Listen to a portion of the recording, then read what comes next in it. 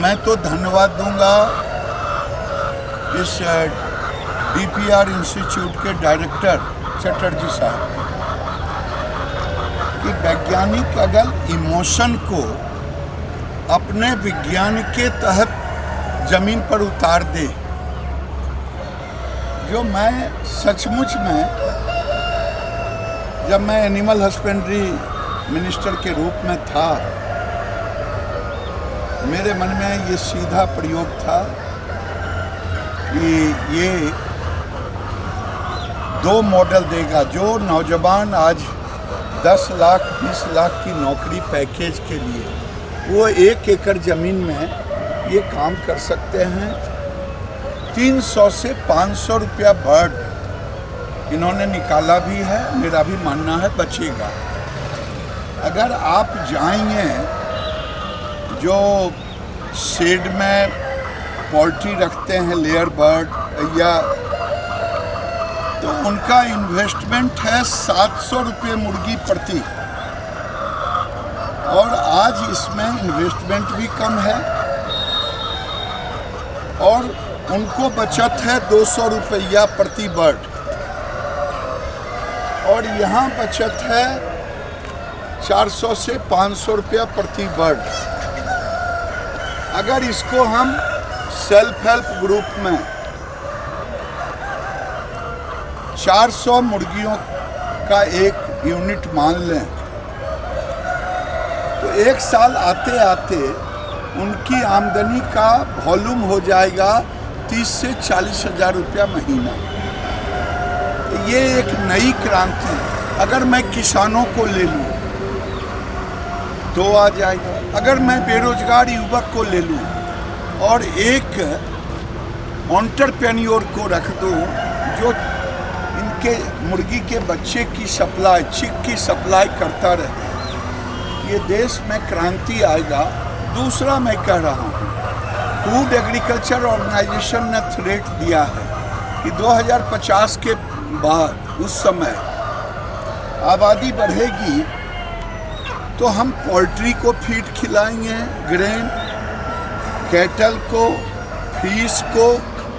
इसमें less than 50% partial feeding में, तो देश को भी हम दे रहे हैं, ग्रेन बचा रहे हैं और एक रोजगार के नए अवसर, और इसमें डिजीज फ्री है, और ये मैं समझता हूँ ऑर्गेनिक एग है।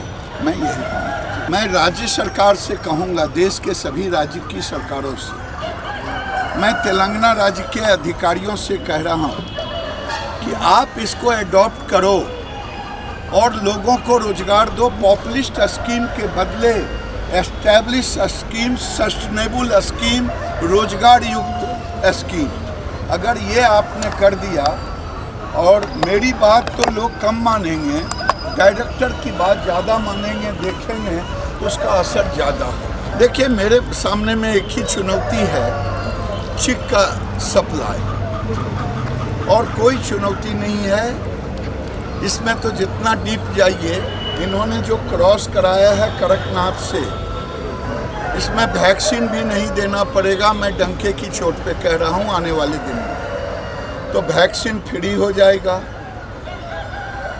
और किसानों के लिए एक वरदान होगा।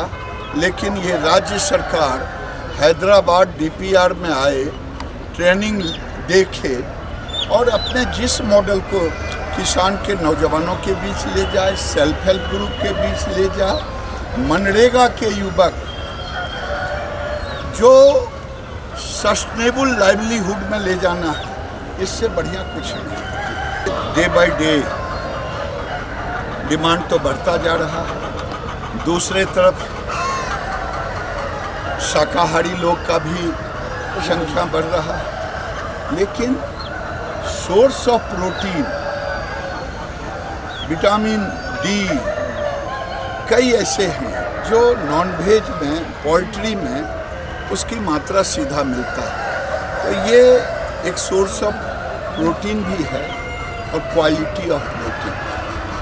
सर, अंतिम सवाल भी, युवा वैज्ञानिक है, खासकर कृषि वैज्ञानिक, उनको क्या संदेश देंगे, क्या कहना है? मैं तो युवा वैज्ञानिकों से कहता हूँ ठीक है आप नौकरी कर लें कुछ दिन और फिर जाकर के अपने गांव में, अपने ज़िले में, अपने प्रदेश में इस मॉडल को खड़ा करें।